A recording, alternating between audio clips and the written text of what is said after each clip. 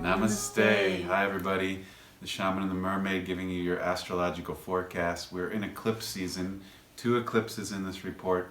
We'll be talking a lot about the first one, which is the Gemini Full Moon, Monday, November 30th. That'll be a lunar eclipse, a partial lunar eclipse. And if you want to see it, you will get up early Monday morning or stay up late Sunday night.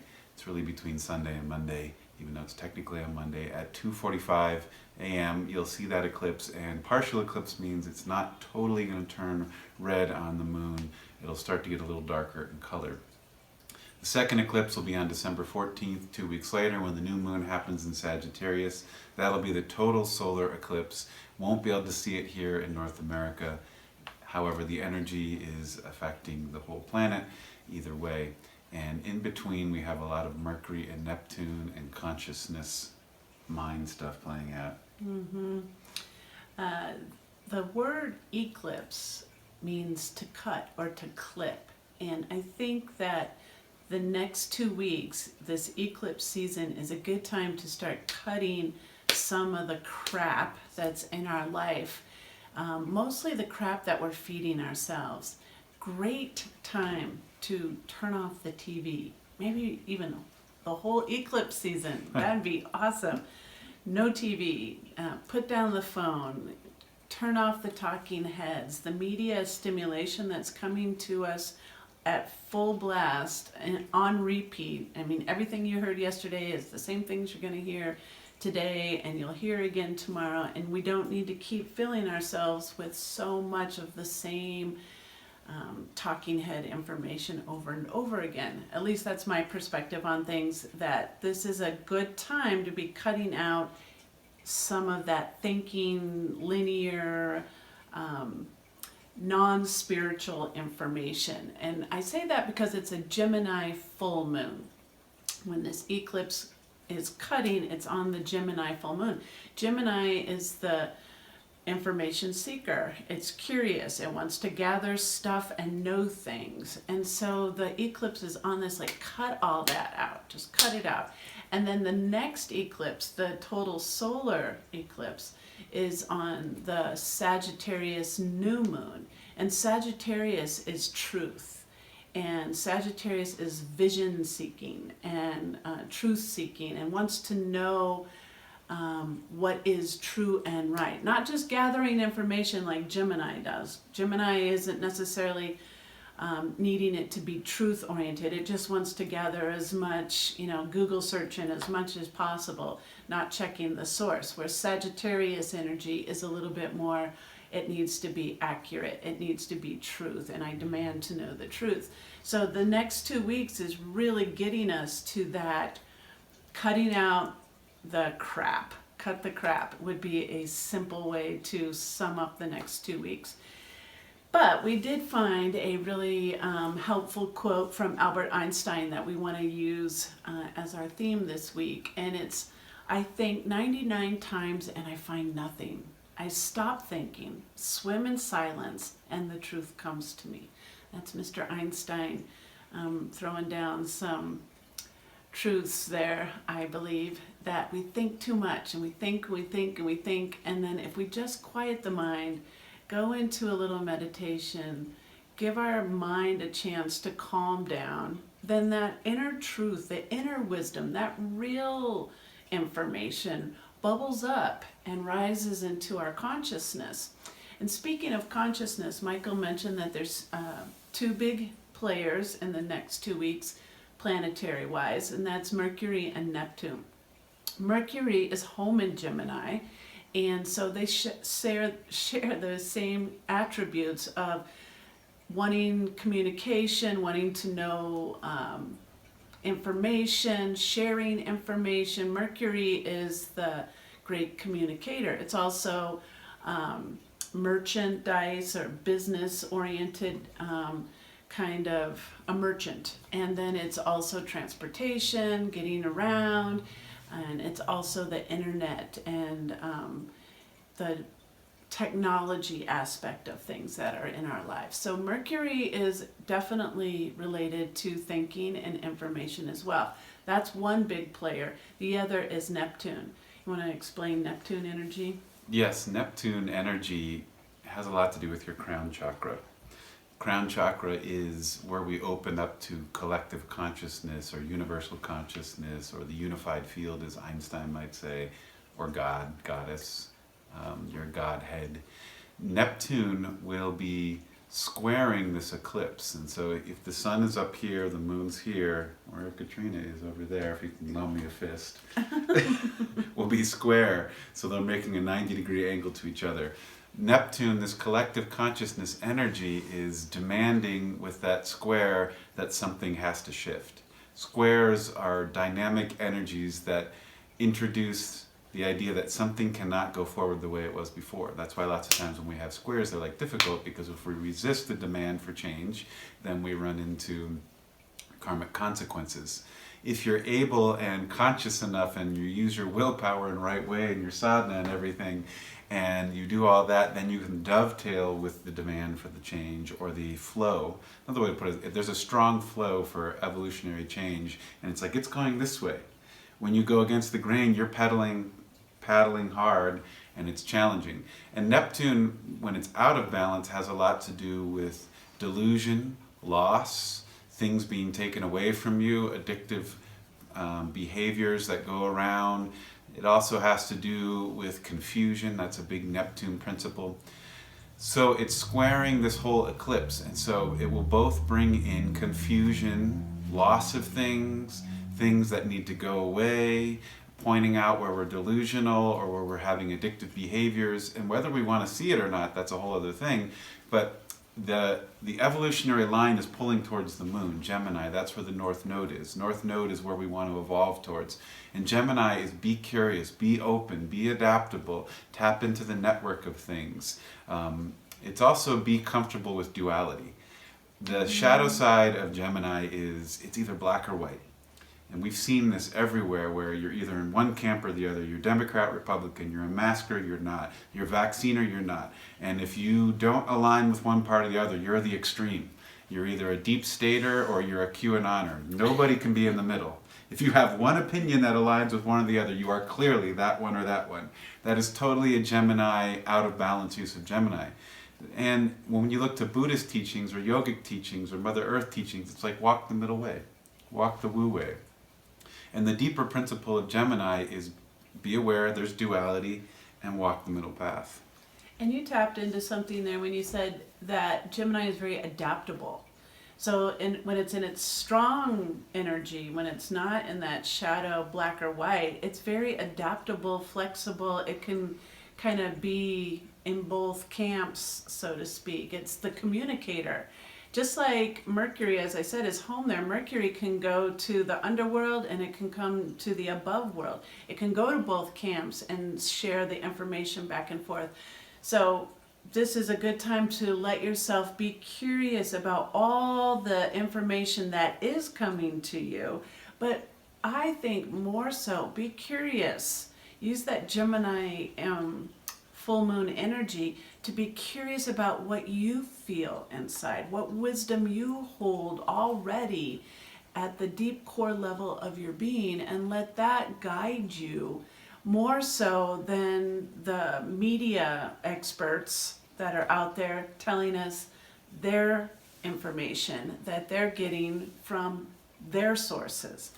And there's a piece that's missing in our collective society of what about what is, you know, what is already a truth, what is already in the design, what is already part of the ritam or the cosmic flow of things.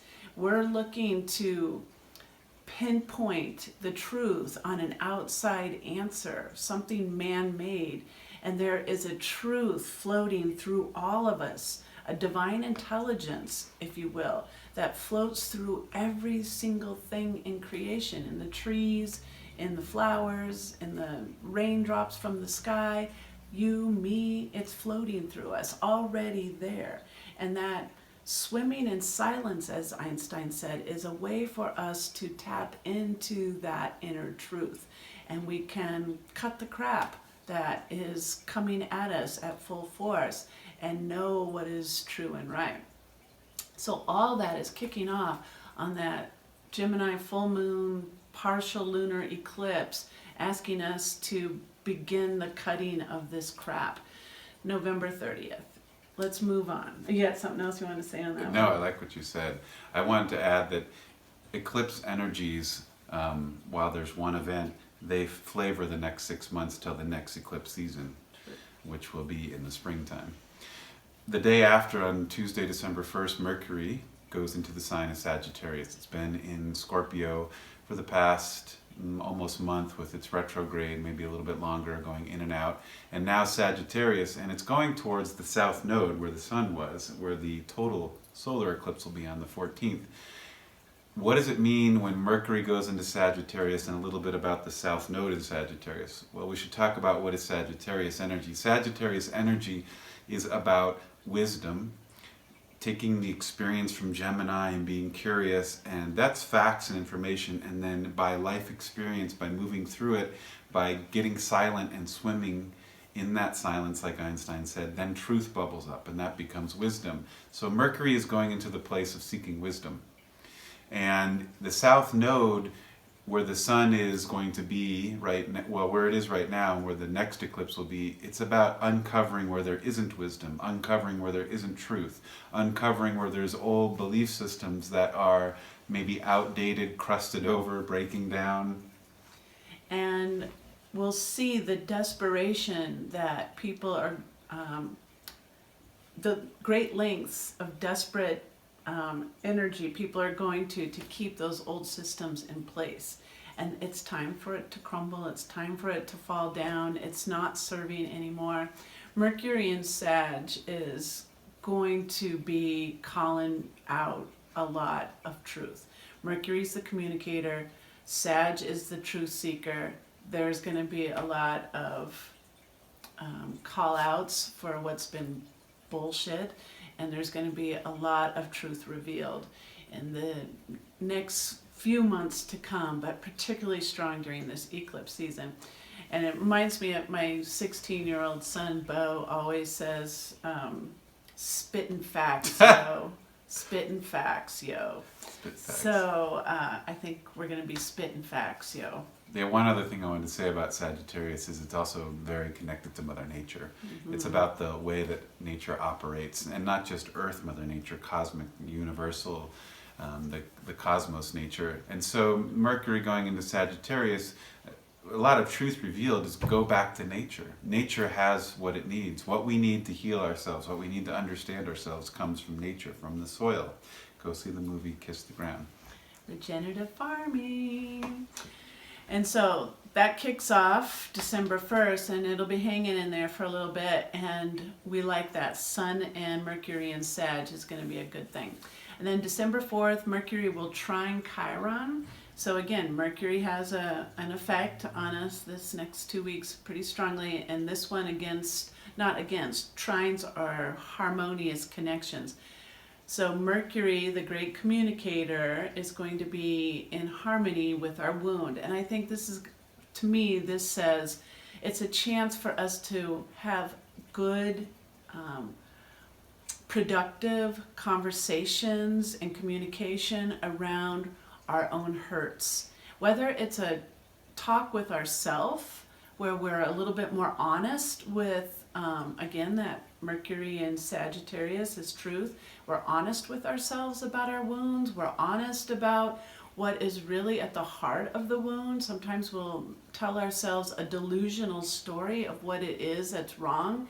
But if we really cut the crap, we can get in there and see that it's really something else, maybe a little more vulnerable or tender to discuss, because it maybe has to do with our own doing.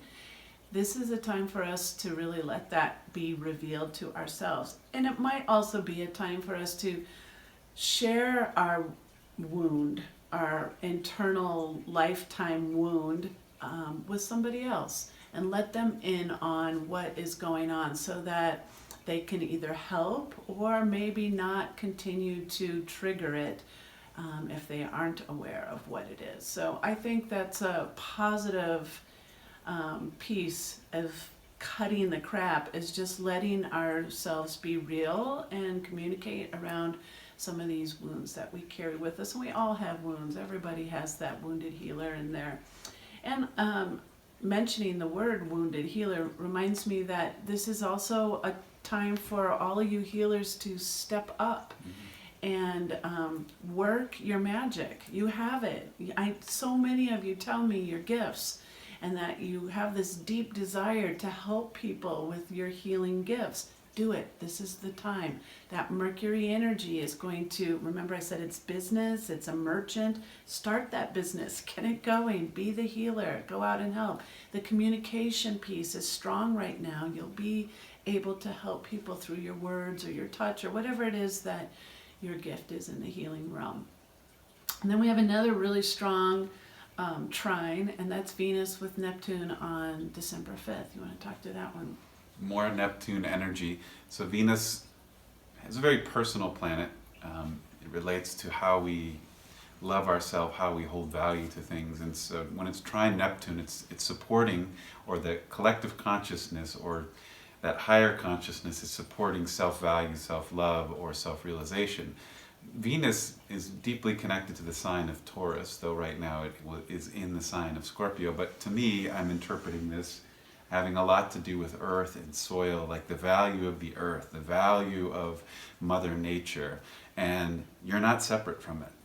You are not isolated from nature. You are the product, you are the fruit of Mother Nature. Your body is born from her, your food comes from her. Everything in your house is made from nature, or originally comes from nature. Even your iPhone, all the components were mined from the earth. And so Neptune and Venus and this Scorpio, Pisces energy there in support, I think, is like this realization, like, wait a second, I'm a child of the earth. Wait a second, the earth is valuable to me. Wait a second, I want to have a healthy planet. I like this trine a lot because, as he said, it's values and self-love. And then Neptune can be the confusion and delusion on the shadow side, but on the positive side, it's that spiritual acumen. And so I think this ties in really well with that quote. I think 99 times and I find nothing. I stop thinking, swim in silence, and the truth comes to me. That swim in silence piece is perfect for Venus trine Neptune, because if we really want to take care of ourselves, if we really want to value who we are and have self-respect, we need to pause. We need that silent time. We need to sit with ourselves. Our daily spiritual practice, or sadhana, is very important. And this is a perfect, the cosmos is coming together to align us to have that peace. And that's individual and collective. I think that if each of us sits down quietly every day for anywhere from 10 to 30 minutes, I mean, I know people say they don't have time for this. Well, if you don't have time, you need to be sitting down for 30 minutes. But if we take the time for the quietness, no TV, no phone, no anything, and just listen to our heart, listen to what comes up, that truth speak, we will have a real strong sense of what is the way. What is that wu way, as Michael called it, or the good path, red road, as the Native Americans say, or the right way, middle path. And we will not question it because it came from our internal truth. Whereas when we listen to the outside sources, we get distracted because we're like, well, maybe they're not 100% right, or how do we know, and what if, and we question it. We go into that duality mode. When you get the wisdom from your inner self, there's no questioning it because it's pure truth. So this Venus trine Neptune is a beautiful, harmonious energy being bestowed upon the collective, because remember, Neptune is that collective consciousness. We're all going to get a little, I think this would be a good thing for me to sit and be quiet and swim in the silence. So the first half of the report we've just completed, that has a lot of like get in there, get real, find the truth, Mercury and Sag, all of that, chance to cut the crap. Second half of the report that we're about to go into has a lot of the, because if you don't, this shizzle's going to come up. And here's the first shizzle on that December 9th, which is the Sun squaring Neptune. What do you got on that one? Sun square Neptune. Sun has a lot to do with your heart energy, like what you love, what your passion is. It also represents the fullness of who you've shown up as this lifetime. I'll use the word ego, however, persona can sometimes be a little bit better so that we're not using too many associations with it. It's not bad or good, it's the vehicle that you need to fulfill your soul's purpose. You need your persona, you need your body, you need your ego. However, when it's not in alignment with your soul's purpose or your dharma, as they say in Yogaville, then it's going against the collective conscious as well, which is Neptune. So Sun square Neptune is the personal self against the collective. However, this could go two different ways. Your personal self might be in alignment with the higher dharma, but the world collective is out of alignment with the higher dharma. And you might feel isolated. That's a whole Neptunian thing, is like when you're feeling not connected in either spiritually, mentally, physically, you get isolated. And how many people are feeling isolated right now? I think this square will heighten or illuminate all the isolation people have been feeling, from physical isolation to mental isolation, to isolation spiritually, to isolation from the earth, isolation from truth, isolation from good community. Like all those things will bubble up at that time, and it's a crisis point. The square says this has to change. And how difficult that demand will be is how much we tune into our intuition. Intuition may say, well, I think the change is going this way, but CNN said this, or Q-Anon said this, or Deep State said this, so I don't really know. Go back to Einstein. I stop thinking, swim in silence, and the truth comes to me. So then, right after that, the next day, the moon squares the elders. Remember the three? Pluto, Jupiter, and Saturn. And Sun is the outward expression, our outward persona, how everyone sees us. Moon, as I said, is that inner speak, how we talk to ourselves, how we communicate with, me is talking to me. And how I feel is going to be squaring the elders on that December 10th. And so that's your soul, that's your faith, and that's your karma, right? The elders are those three. And how I feel internally is going to come up into that crisis point with those. So back to back, these two squares on December 9th and December 10th, Sun squaring Neptune, Moon squaring Pluto, Jupiter, Saturn. This is going to create a whole lot of confusion, uncertainty, perhaps conflict between people. And I feel that the piece to hold on to in that is that swim in silence. To let yourself really listen to your inner truth on this and trust it and speak to it. Remember, Mercury is in Sag. Speak what you feel is truth. Your truth. Don't tell me what the talking heads said on, as you said, CNN or Fox News or whoever you listen to. Tell me what you feel. That is the important piece that comes up at this time. Cutting the crap, and is another way to say it again. And then we come up to one more big square, and that is on December 13th. And that's Mercury square Neptune. What do you got on that one? Got the mind squaring the collective consciousness. And this can go, well, probably a couple different ways, but I'll illuminate two. One is that something happens, something is introduced that really calls into question what we think we know, on whatever side of the spectrum you're on. And that square is saying you may think you know something, information comes in, and Neptune's energy is like a wave. It washes it out, and you're like, I can't even pull it back. What I thought I knew is not even retrievable anymore. It's not possible. Which could be a shock and disappointment. That's a big thing that Neptune can do when it takes something away. You can put you into a state of grieving. You've lost something. A piece of your identity washes out. However, it can also be the setting for a revelation. It's taken away what is no longer needed, no longer in alignment, and that can be painful because it's lost, but then it says what's left behind is truth. So these three big squares, basically back to back to back, the sun squaring Neptune, the moon squaring the elders, Mercury squaring Neptune, is cutting the fat. It is cutting the crap, as I've been saying. It's getting rid of all the things that aren't truth in your life, including your own self-deception. Remember, that's a piece. We tell ourselves lies too. And then that lays the groundwork for that total solar eclipse on the new moon, where you get to set new seeds of intention on December 14th. And that takes us all the way up to the end of the report for this 2-week eclipse season. So this is cutting the crap season. Let yourself get rid of the outside information. There's a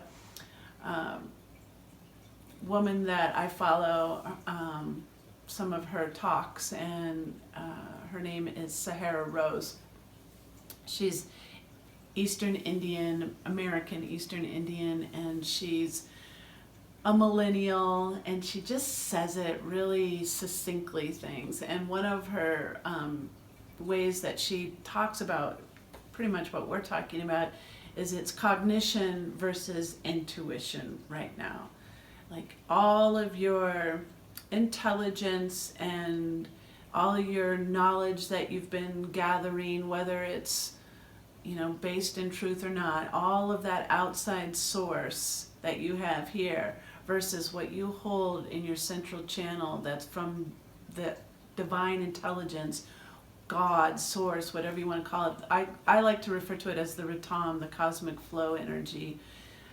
When that, you've got that, and then you've got this. And right now, the cutting of the crap, or the eclipse season, is saying, listen to yourself, this high self channel, and let yourself flow with the Ratam, and let yourself be in alignment with your values and what you hold to be true, and don't let yourself be swayed and bullied by outside sources that are pushing strong, that seem to be reliable, credible sources. That's the confusing part. That's that Neptune confusion. It's like, but I trust CNN, I trust NPR, I trust Fox News, I trust. Yeah, I understand. It's hard to imagine that anybody could have false information that's feeding the public masses. But perhaps there's some information that isn't set in truth. And it's not necessarily a malicious attempt to deliver false information, but perhaps it's not based 100% in truth. I hope. Happy eclipse season and good luck, and we'll see you on the new moon. Be well. Namaste. Namaste.